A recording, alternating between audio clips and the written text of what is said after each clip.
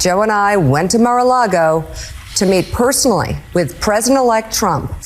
And for those asking why, I guess I would ask back, why wouldn't we? Like Joe and Mika, the same thing. It's like calling him a fascist and calling him out, saying out how dangerous he is. And then they're running over as fast as they can to Mar-a-Lago to kiss the ring. And it's like, how are you going to trust that? Welcome to the Ken Harbaugh Show. I am so lucky to have Boston Brian on today. Are we keeping your real name secret today? Yeah, I mean, I haven't even thought about the actual saying my real name on camera yet, so we'll go with the Boston Brian for now. Well, fans of this show, certainly fans of the MeidasTouch network, are undoubtedly familiar with Brian from his posts on the network, from his 250,000 TikTok followers. Brian, can I be honest with you for a second? Yeah, I hope you are nothing but. I got no notes, no agenda. I just knew we'd have an awesome conversation. And man, I want to start with, what the hell do we do about guys like us, men of a certain age, young men especially, who voted the way they did in the last presidential election against the interests of all the people in their lives they actually care about? How do we fix this? You know, it's one of those questions where there's no single answer, unfortunately, and anybody that tries to give you a simple answer to, what is undoubtedly a complex issue, you should automatically have your wits about you and the red flag should go up, because, there's no pinning it down as to why somebody would vote a certain way by one thing, as far as I can tell. I have people in my life that are very close to me, that I know are great people, that I know would be there in a heartbeat for me, that I know would be there for other people in a heartbeat. But for some reason, they just have not consumed the media that I have, or haven't really done.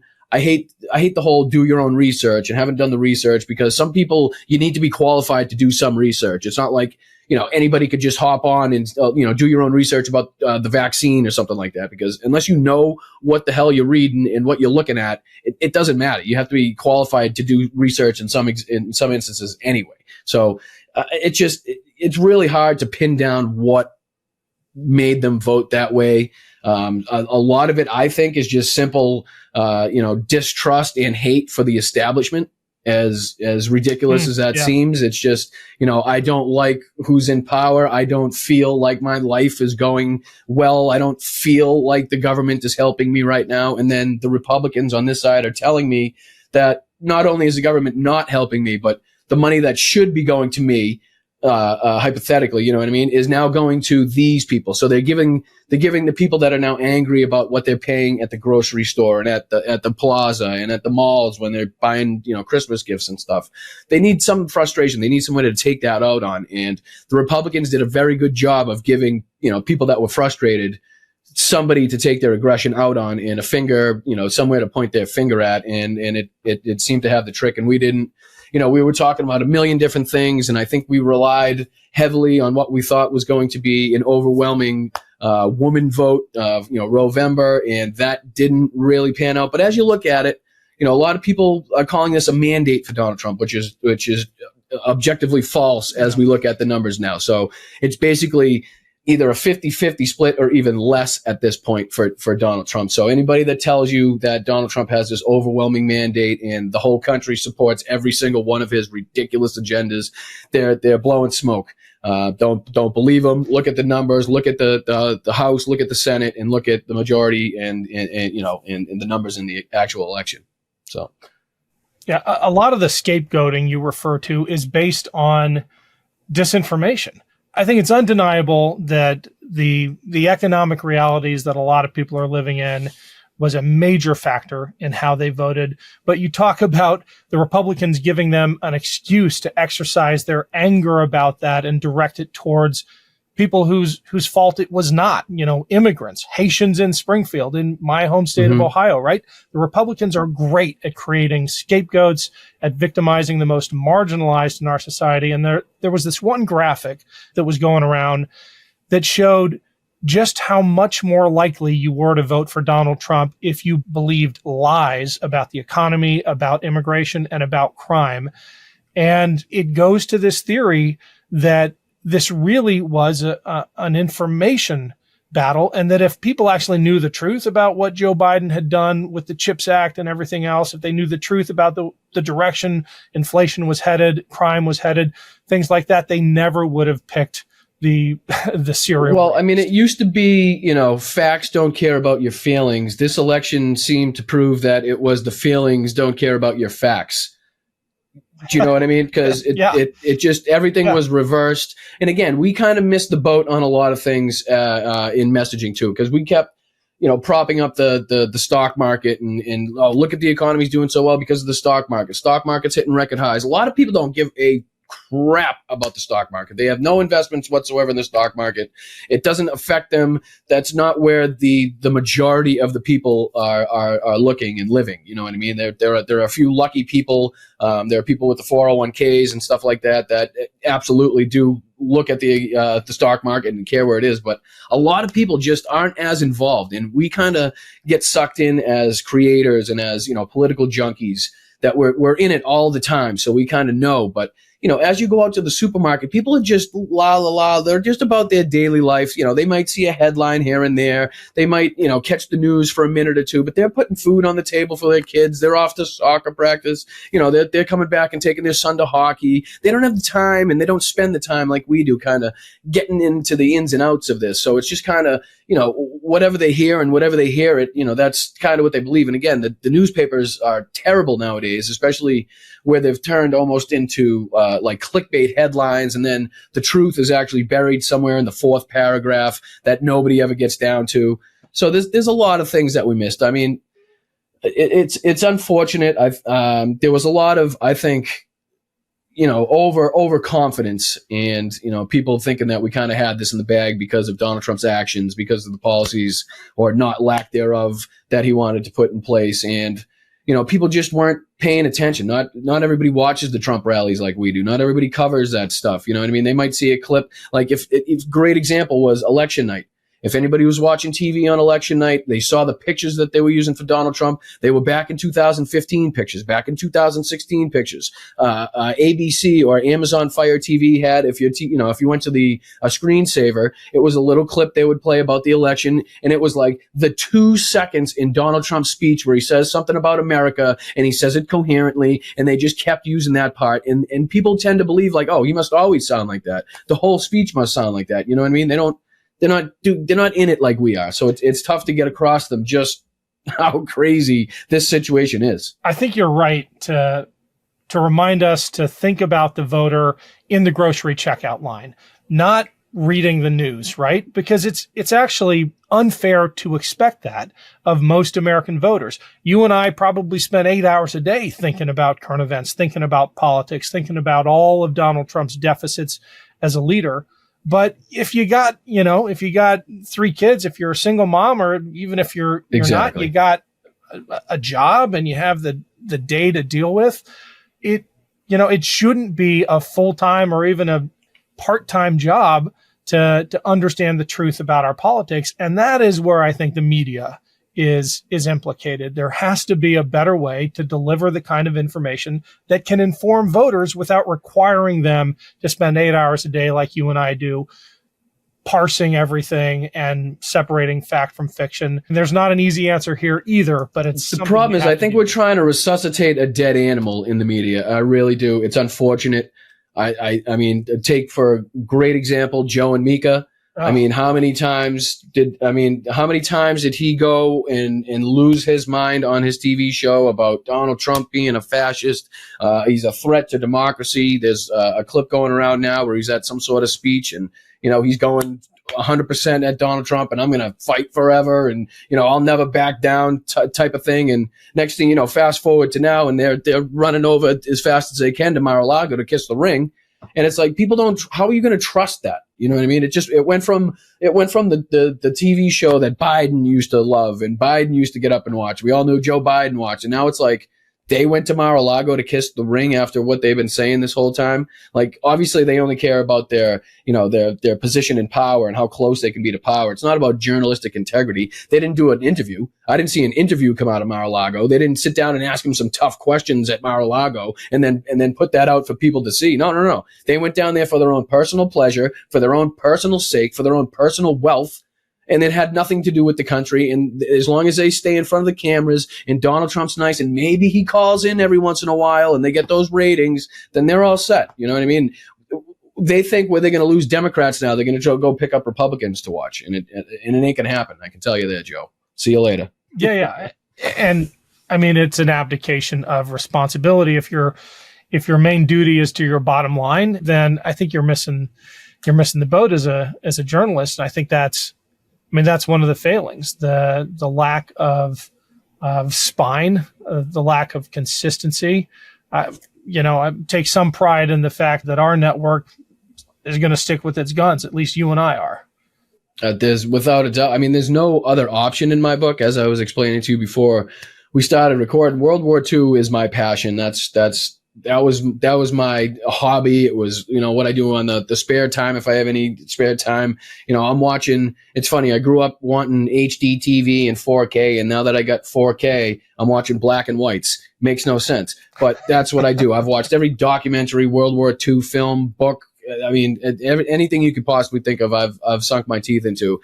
And that's what led me to politics. That's what led me to looking at Donald Trump's words and actions and saying, wow, that looks a lot like, the tactics that the Nazis used and Joseph Goebbels used, trying to control the media, saying things 3 times, Russia, Russia, Russia, Ukraine, Ukraine, Ukraine. I mean, the list goes on and on and on with examples and direct parallels that you can draw between at least the techniques and the propaganda usage the Republicans and Donald Trump have that went on in the 30s and 40s back in Germany. I'm not saying that this man is out for millions of people to die. Honestly, that's what he oversaw in the pandemic already. I'm not saying he wanted that, but we have the chance now where he's talking about rounding up 13 million immigrants. What do you think happens? What do people think happens? Do you think they just kick down the door, take these people, put them on the bus, drive them to the border, and that's it? No. You got to house them somewhere. You got to figure out who they are. You got to figure out why they're being kicked out of the country, where they're supposed to be going. Have they been processed before? That takes time, money, resources, and a place to house these people, which we in this country, normal people would call camps, right? So what do you think? I mean, he may be indirectly walking into the same, repeating the same things history has already seen before without even, because he's so stupid. You know what I mean? He just backed into it somehow. It's Ken Harbaugh. Quick break here to let you know that we'd love to hear from you. Your comments, suggestions, thoughts about future topics and guests. Email us at info@thekenharbaughshow.com. And make sure to rate and review us on iTunes or wherever you get your podcasts. Thanks, and back to the show. Well, there is one area in which we are living, I think, undeniably in a 1939 moment, and that's the conflict in Ukraine. And you and I didn't plan this, but I know you've got your Ukraine sweatshirt on. I've got my Ukraine t-shirt on because the heat's on here. But look, the parallels are terrifying. When you look at 1939 in Europe and the Czechoslovakian decision a year earlier to capitulate, with the whole world selling them out, versus Ukraine today deciding to fight, hoping that the world, at least the free world, has their back. And now we're at a decision point as a country, as the most powerful democracy in the world, as to whether we let this underdog get steamrolled, literally rolled over by tanks, and pull out the rug from under them after Donald Trump comes back into power, or whether we stick up for him. And it, of all the issues in the election, this is the one that has kept me up most at night, because I have friends in Ukraine, some of whom are probably going to die if we pull out the rug from under them. Man, it's going to forever change the way I think about my country if that's what we choose to do. I mean, not only is it going to change the way we think about our country, it's going to change the world. I mean, if Russia were to take over Ukraine in totality, what do you think you're now going to be paying for a loaf of bread or pasta? What do you think, where do you think the grain comes from? Where do you think we get, the majority, or I think the majority of the planet gets their grain from the breadbasket in Ukraine. And it's like, what do you think that will do to your pocketbook? So if you're thinking and voting with your pocketbook, that doesn't seem like a smart choice to me, to vote for somebody that might give Putin the opportunity to take an entire country and then have his own way and his own say on what we pay for goods that we need. You know what I mean? Because we don't grow that. We don't grow enough of it here anymore. You know what I mean? I don't know if we ever did, but I know we don't now. So it's like, not only that, but it does not matter really. And I say this in a different kind of way. It obviously matters what the United States does, but to the Ukrainians, they're going to fight no matter what. Okay. Whether we support them, whether we don't support them, whether we send a few dollars, billions of dollars, or no dollars, they are going to continue the fight. They are going to set up a militia. They are going to set up a resistance. They are going to go up into the hills and congregate in mass, and they are going to fight any way they know how. It's I don't understand what people don't get, because any Ukrainian that I've seen interviewed and talked to has said the same exact thing. Putin will never get their hands on me. My life will never be viewed as something, a subject under Vladimir Putin. I will never live under Russia's rule. It's not going to happen. I don't care. Well, I mean, all you have to do is look at the babushkas with the Molotov cocktails when this thing first started. Do you know what I mean? Like, that right there tells you everything. I mean, they're sitting there making literally whatever they possibly can. And they're like, all right, let's go. Here we go. They're not running. They didn't flee. It's remarkable. I mean, this was supposed to be a 72-hour operation, Ken. A 72-hour operation with a one straight line into Kyiv, which was the dumbest thing I've ever seen in my life. Anyways, but we're now, almost 3 years into this? I mean, I don't know the exact number of days, but we're getting close. We're definitely getting close to, I mean, and hats off to the Ukrainians, hats off to the Ukrainian military, hats off to the leadership for even, making it this far into the conflict and still having the resolve they have and still having the manpower that they do have, making their way into Kursk. It's amazing. It really is. And we could learn a lot from the Ukrainian resilience, the Ukrainian resistance, if we could translate that into our democratic politics and stop playing patty cake and stop Chuck Schumer sitting with Donald Trump at one of these stupid dinners and laughing at his jokes. And I'm sorry, Ken, but Joe Biden sitting there shaking hands with a fascist in front of a nice roaring fire at the White House. I'm all for peaceful transitions of power, but for your traditions, sorry, I'm out. That's where I draw the line. That's where I draw the line. You cannot sit there and tell me that somebody is an existential threat to democracy, a fascist, a direct threat to women in this country. And then when he wins okay, here he is, smile like you just won the lottery. I'm sorry.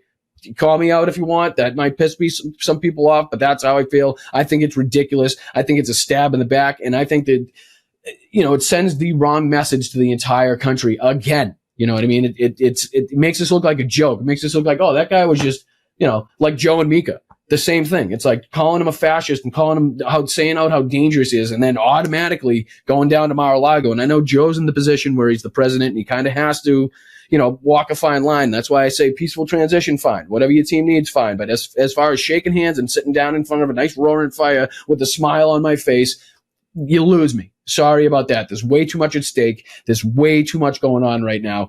We need to send the message that this guy cannot be trusted. This guy should not be cowed down to. You know what I mean? We resist at every point. We at every single turn we possibly can, we must fight.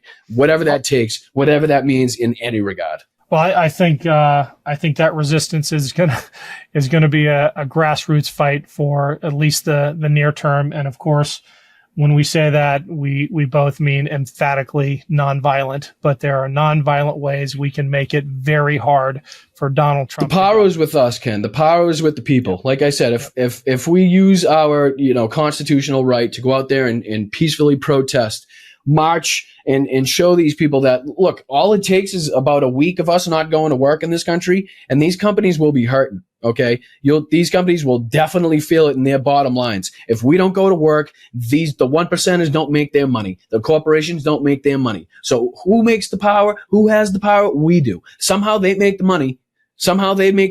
The CEO's pay has gone up exponentially in the last, 20, 30 years, while the workers' pay has stayed the same.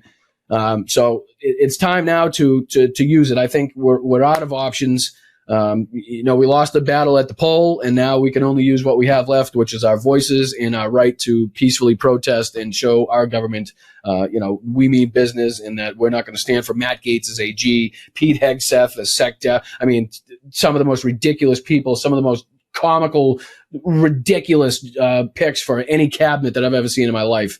It's ridiculous, and it cannot be stood for. We cannot stand for this. We must resist. We must call out every policy that they have is going to hurt people. Every racist comment somebody makes, every threat to withdraw funding from Ukraine. Everything. Call it out at every turn. That's how we win this. We must stay loud. We cannot we cannot sit there silently. And I'm glad that people are on Bluesky, and I'm glad people are finally decided to get off of X, to stop giving Elon our money, our time, and our attention, so that he can make ad revenue off that. Bluesky is a good home. It's a good place for us to get our ideas together, to regroup after the election. That way we can, make sure we don't make the same mistakes, and that we have a good plan going forward to make sure that, this doesn't happen again, and we can take it back in the midterms at least. Well, Brian, we'll put your Bluesky handle in the show notes. You're a true Renaissance man, from the World War II expertise to your daily rants. I never get enough. Thanks so much for coming on, Brian. Actually, we're going to walk you out with this clip from Ukraine, the bravest people I have ever met in my life. I may walk out with two, because there was this one interview I did on a rooftop outside Kyiv with a gun crew captain whose call sign was Judge. Have I shared this story with you yet? I have not. No. This guy's call sign was Judge, and I asked him why. I knew the backstory, but I wanted to hear from him. He was a justice, still is a justice on the Ukrainian Supreme Court. And at night, he mans a gun crew outside Kyiv shooting down drones. And on the first day of the war, he grabbed an AK-47 from the police armory, got a couple of his buddies from the Ukrainian Supreme Court, and ran to the front to fight off the Russians. And it just made me think of Clarence Thomas or John Roberts grabbing an AR-15 to defend their country. I don't see it happening in Ukraine. It's just daily life. It's their story every damn day. This clip we're going to send you out with is of a mine clearing crew in Kherson trying to get their farmers back in the fields. Thanks, Brian, for coming on. Let's do it again soon. Appreciate your time, Ken. I'm with the Ukrainian demining crew. They are behind me, walking through the field, continuing their clearing of this area where Kherson Oblast, which the Russians occupied for 9 months. And when they laid mines, they didn't do it tactically. They didn't do it to prevent the advance of Ukrainian troops. They did it often out of spite, to kill innocent Ukrainian civilians, farmers, to disrupt Ukrainian agriculture. And the efforts of these deminers, even though they might not be on the front lines in the trenches of the war against Russia, they are some of the bravest people in Ukraine today. One of their standard operating procedures, just to give you a sense of how dangerous their work is to have an ambulance nearby assigned to every demining crew, because if they get hurt, and it happens, they need help quickly if they're going to survive. Love this video? Make sure you stay up to date on the latest breaking news and all things Meidas by signing up to the MeidasTouch newsletter at MeidasTouch.com/newsletter.